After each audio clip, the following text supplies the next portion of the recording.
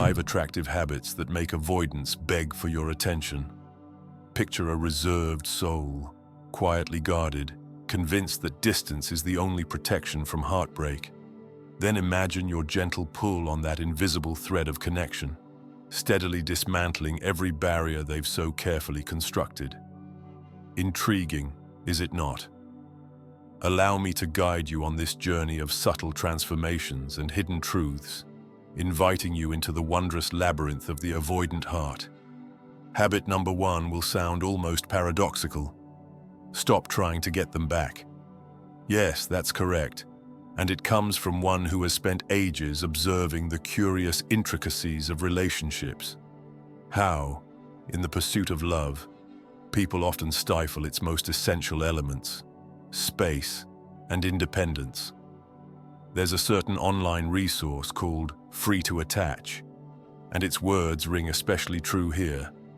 Avoidance will start longing for an ex the moment that person becomes unavailable. It's a bit like yearning for something precisely when it's placed out of reach.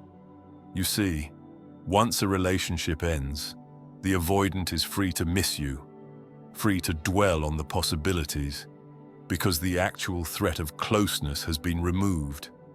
Their fear of being overwhelmed subsides, replaced instead by the anxiety of being left behind. I stumbled upon the reflections of a gentleman who called himself Dragonfire 1900 on a website brimming with breakup stories. He spoke of his childhood, how his parents' emotional absence turned him into an expert at erecting fortresses around his feelings. By the time he fell in love, his partner's natural need for support felt alien, even suffocating. Only when she departed did he realize the magnitude of what he had lost, expressing regret for failing to provide the emotional intimacy she rightfully deserved. In the hush that follows heartbreak, something profound happened. He began to miss her and truly see her worth.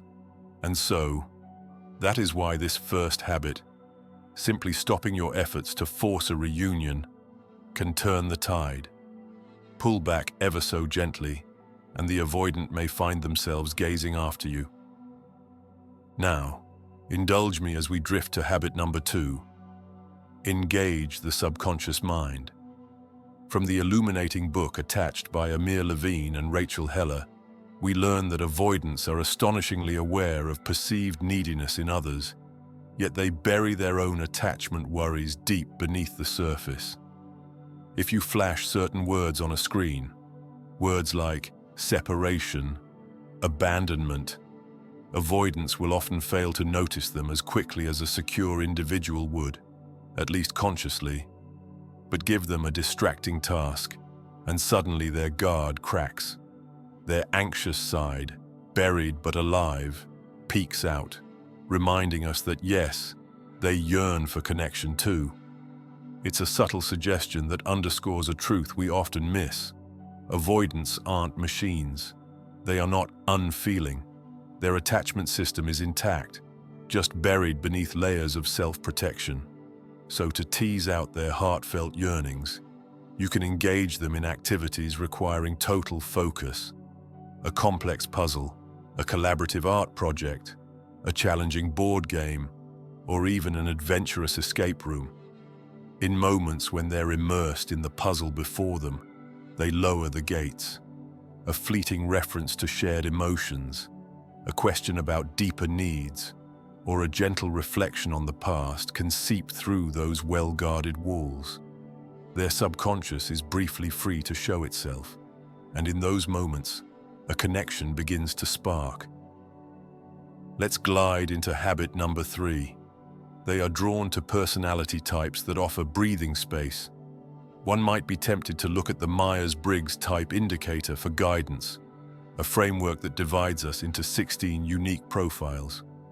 Certain types, like the fiercely independent INTJ or the quietly empathetic INFJ, carry an aura of self-reliance or calm empathy that can feel remarkably comfortable to an avoidant.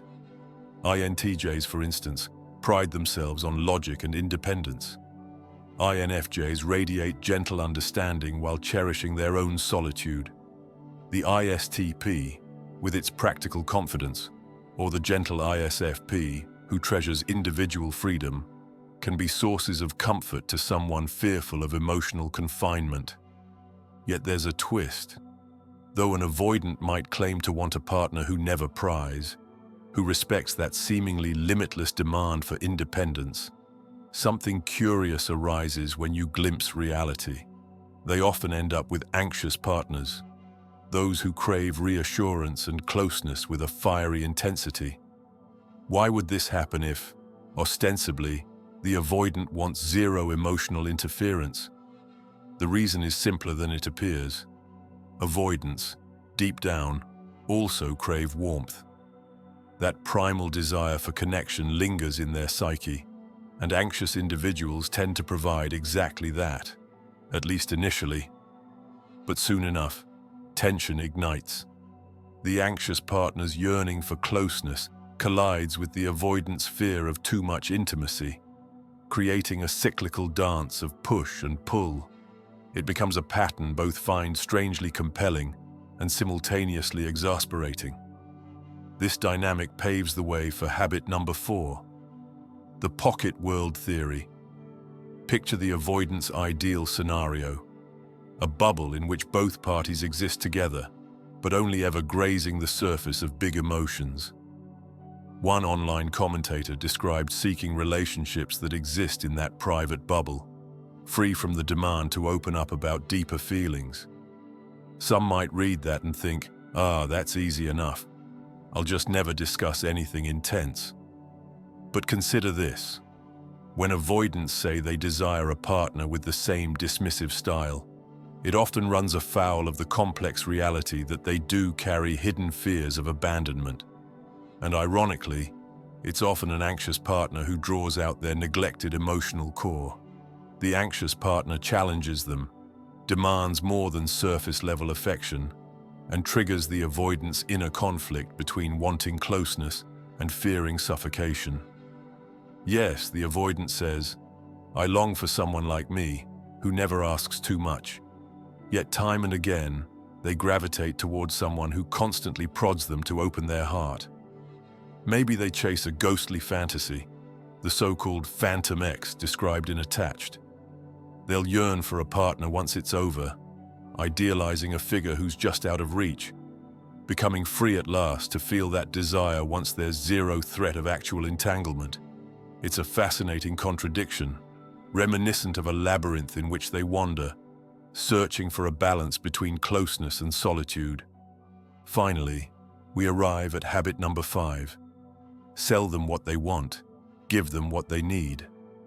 This principle arises from the brilliant observations of K.M. Weiland, an author who dissects the differences between what a fictional character wants, often superficial or external, and what the character actually needs, the deeper truth leading to growth.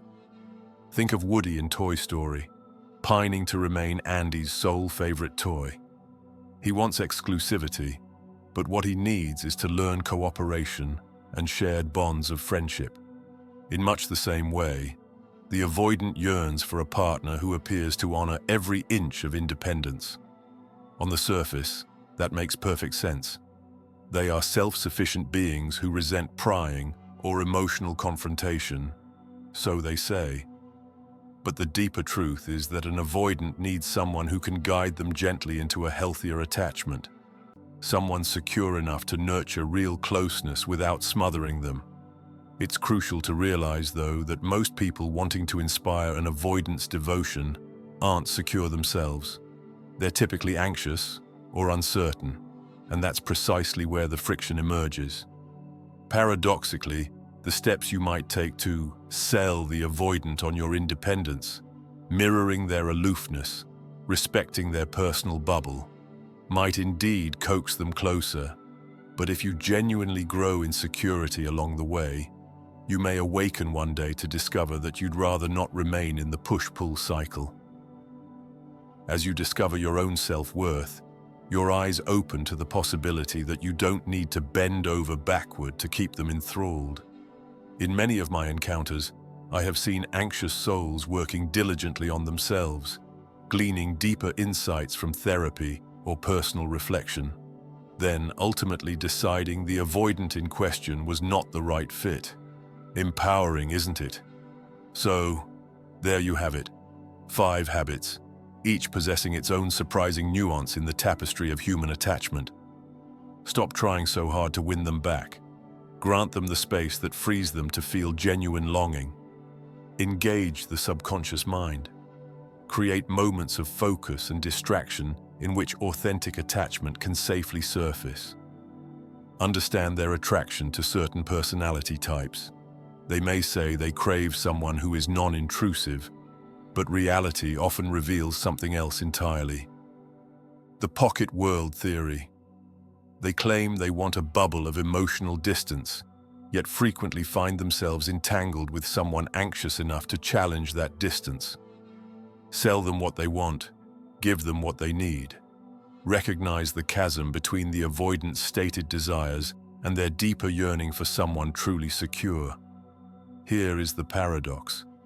The very strategy of behaving more independently does indeed speak to the avoidant's conscious preferences. But beneath that carefully constructed exterior, their heart beats to an ancient rhythm of longing for connection, one they might not even realize. And as you grow and become more secure in yourself, you begin to see that a genuinely supportive, loving partnership does not have to involve constant standoffs and silent battles. Observe, reflect, and choose your steps wisely. In the end, if you adopt these 5 habits, it isn't merely about making someone else beg for you. It's about becoming the sort of person who commands respect and affection through natural confidence. Should the avoidant come knocking, drawn by your mystery and magnetism, you'll be able to discern whether sharing your life with them truly aligns with your newfound clarity. That, my friend, is the intriguing journey of attachment.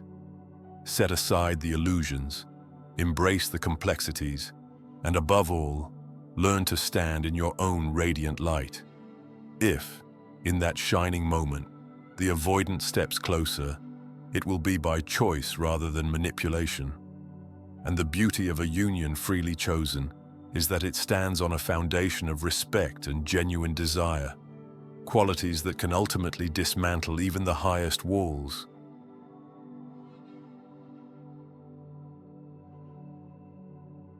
If you believe this video might help someone dear to you, share it with them. A small gesture on your part could mean the world to a friend in need.